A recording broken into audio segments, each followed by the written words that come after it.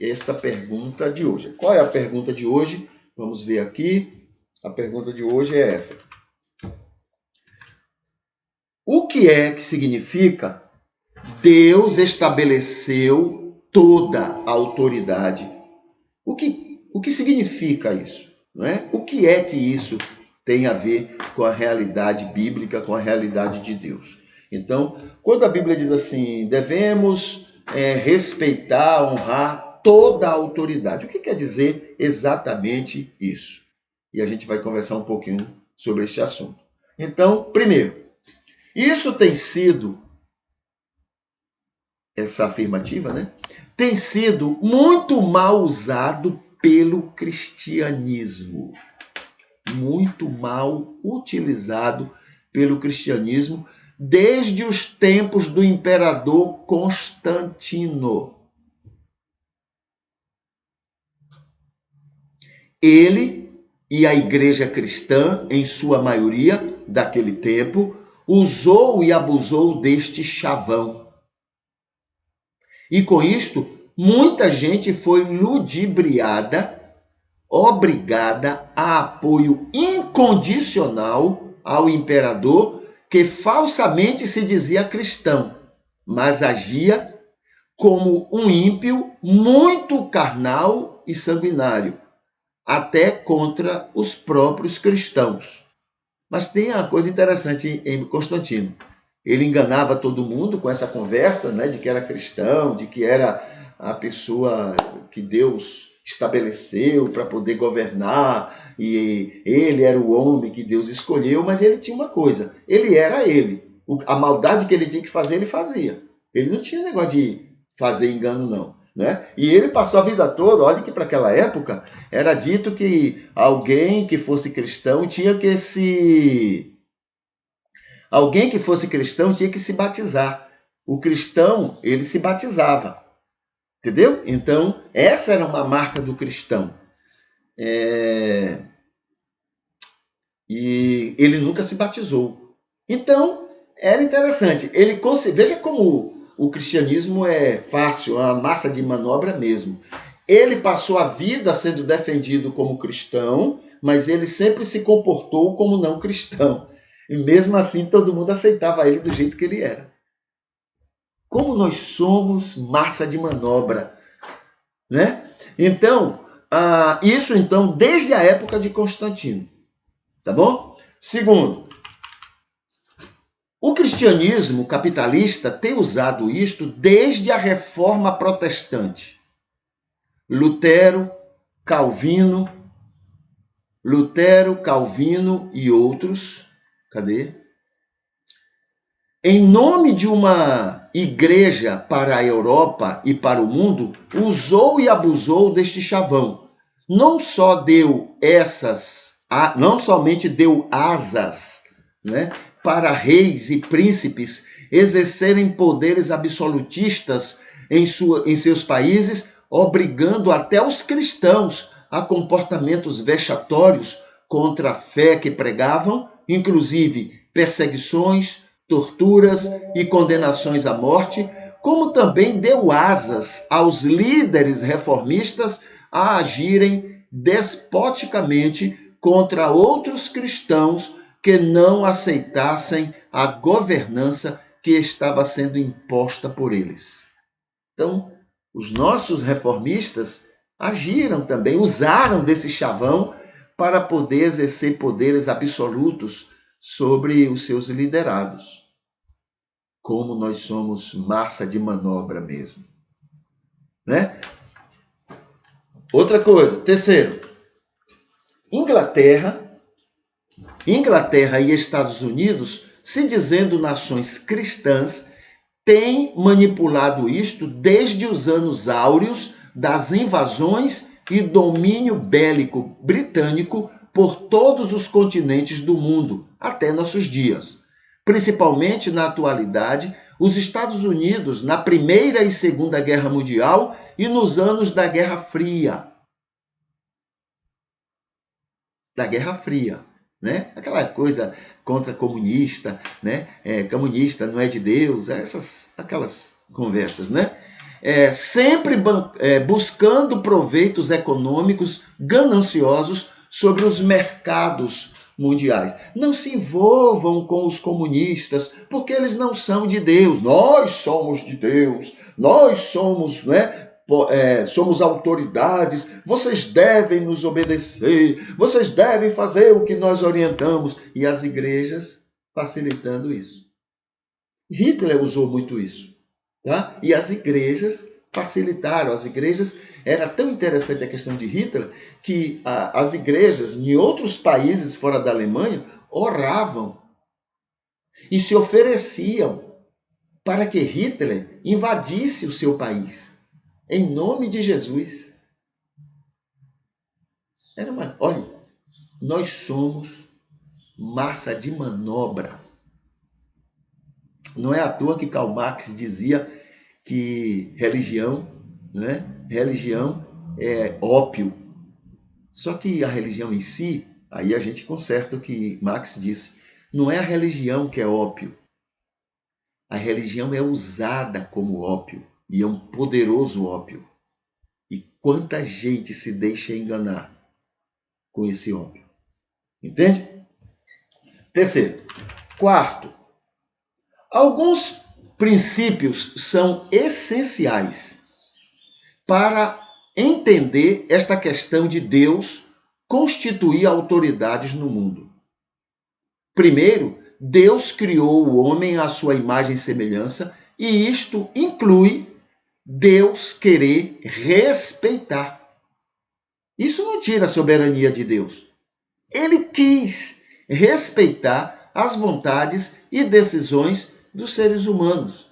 Ele não obriga ninguém a nada. Não tem prazer que isto aconteça entre os homens, embora se faça necessário para o bem coletivo. Quinto, segunda coisa essencial para se lembrar, Deus ama todas as pessoas, todas as nações, como ele estabeleceria governos tão ruins para umas nações e para outras não. Se ele ama todas igualmente. É certo que, com o amor que ele tem por todos, se fosse o caso, só colocaria governos que amassem o povo e não os ricos e seus interesses egoístas e vaidosos. Só colocaria governos que amassem realmente o povo, se Deus colocasse gente em algum governo do mundo. Entende? 6. Na verdade, quando diz que Deus estabeleceu toda a autoridade, a Bíblia está falando não de pessoas, mas de autoridades que pessoas exercem. Está falando de funções que devem ser respeitadas para o bem da coletividade, o bem de uma casa. A autoridade de uma casa, Deus estabeleceu, entendeu? Pode ser o homem, na maioria das vezes, mas às vezes tem que ser a mulher. A autoridade, cadê mais? Na casa, de uma empresa, de uma escola, de uma cidade, de um estado, de um país, bem como do mundo todo. Ah, se o mundo todo tivesse. Se essa porcaria dessa ONU funcionasse, ia ser uma bênção, né? Mas ela já existe para não funcionar, a não ser segundo os interesses de alguns. Tá bom?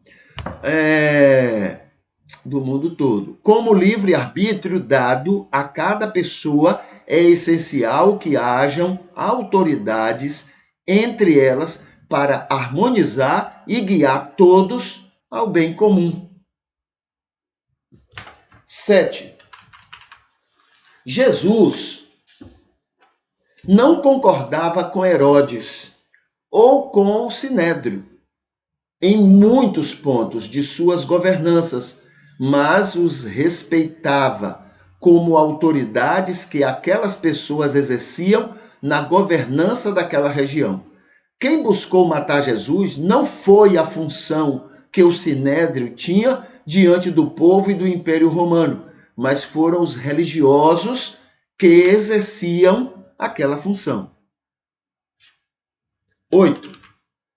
Quando a mesma Bíblia diz que devemos honrar o rei, não está dizendo que devemos honrar a pessoa do rei, a função que ele exerce. Isso dá espaço para a discordância, dá espaço para a oposição ao rei, mas tudo deve ser feito com o máximo de respeito e honra, por causa da função e da pessoa que exerce aquela função e que o Senhor ama muito. Por exemplo, na época, um grande exemplo esse, tá? Na época da União Soviética, o chamado irmão André, vá na internet que você vai saber quem é, se você não sabe sobre o assunto, né? O chamado irmão André, se dizendo cristão, tinha o direito de não concordar com o governo russo. Tinha o direito. Mas não tinha o direito de mentir. Mentir tanto. O bicho era mentiroso. Aliás, esse cristianismo nosso é uma mentira só, né? Então, esse cristianismo que está aí no mundo, tá? Não tinha o direito de mentir tanto contra o comunismo e ainda desrespeitar as leis daquele país, levando bíblias contrabandeadas, cheias de propaganda capitalista contra aquele governo. Ele podia discordar do governo, é um direito dele. Mas ele não tinha o direito de mentir tanto contra aquele governo para poder juntar grana, dinheiro, o capital, para juntar. Ele juntava dinheiro, muito dinheiro, pelo mundo todo. Não é só nos Estados Unidos, não. No mundo todo. Sabe qual era a justificativa? Desobedecer a Bíblia. Como? Era assim: vocês me dão dinheiro, eu compro Bíblias, eu encho ela de propaganda a favor do capitalismo, da grana, do capital, do lucro, eu encho ela de propaganda e vou contrabandear, porque se eu passar pela alfândega, a Rússia não vai aceitar, porque está cheio de propaganda. Então eu vou fazer escondido, por debaixo do pano, escondido, desobedecendo as leis de lá e, por isso, desobedecendo a Bíblia, que diz que eu devo respeitar toda a autoridade. Toda a autoridade. Percebe? Então, era isso que acontecia, né? E a gente aplaudia. Quantas vezes eu orei diante de uma propaganda dessa? Quantas vezes eu orei pelo irmão André? Ó, Deus abençoa aquele contrabandista. Abençoa aquele contraventor em relação à Bíblia, aquele criminoso em relação à lei daquele país. Abençoa aquele bandido que usa o teu nome para interesses capitalistas. Quantas vezes eu orei por isso? Entendeu? Não é só naquela época, não. Ainda temos muita coisa acontecendo nesse sentido. Muita coisa. Nós somos massa de manobra. Eles lá em cima fazem o que querem, usando o nome de Jesus, e a gente engole. Muito bem. 9. Quando Jesus diz, dê a César o que é de César, não está dizendo que devemos aprovar tudo de César. Mas devemos honra, obediência e respeito ao imperador romano e toda a estrutura governamental daquele tempo. Foi basicamente isto que Jeremias disse aos judeus revoltados, prepotentes, né? Revoltados em Babilônia. Ele disse que deveriam se acalmar, viverem em paz, sem serem bênçãos naquele outro país. Jeremias chegou a dizer, ore por esse país, ore por aquele povo. Isso é cristianismo. Isso é de Deus. Deus não precisa da nossa violência para ser vencedor. Aliás, a nossa violência até atrapalha. Nem por força, nem por violência, mas pelo meu espírito. Se a gente acredita nisso, não tem motivo para sermos violentos. Mas se a gente não acredita, aí a gente quer ganhar, levar o evangelho no muque, na luta, na briga. E se no dia que a gente começar a pregar o evangelho pelo Espírito, na tranquilidade, muito joio vai cair fora. Porque o que atrai eles é a violência que a gente desenvolve. 10º,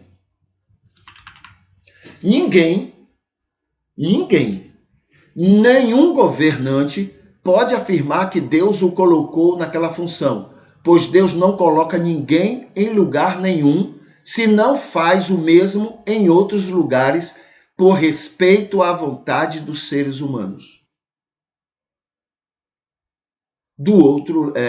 Por outro lado, o Senhor manda que, para o bem de todos, o bem coletivo, todos devem honra e respeito a toda a autoridade, seja em sua casa ou em qualquer outro lugar. Toda autoridade deve ser respeitada, mesmo que tenhamos que discordar e lhe fazer oposição, mas com respeito a essas pessoas. Tá bom? Não por causa delas. Sim, também por causa delas, porque Deus quer o melhor para todo mundo. Mas principalmente por causa da autoridade que eles exercem. Tá certo? Então isso responde à nossa pergunta. A nossa pergunta é: o que é Deus estabeleceu toda a autoridade? Tá bom? Então, isso é a nossa pergunta e a nossa resposta.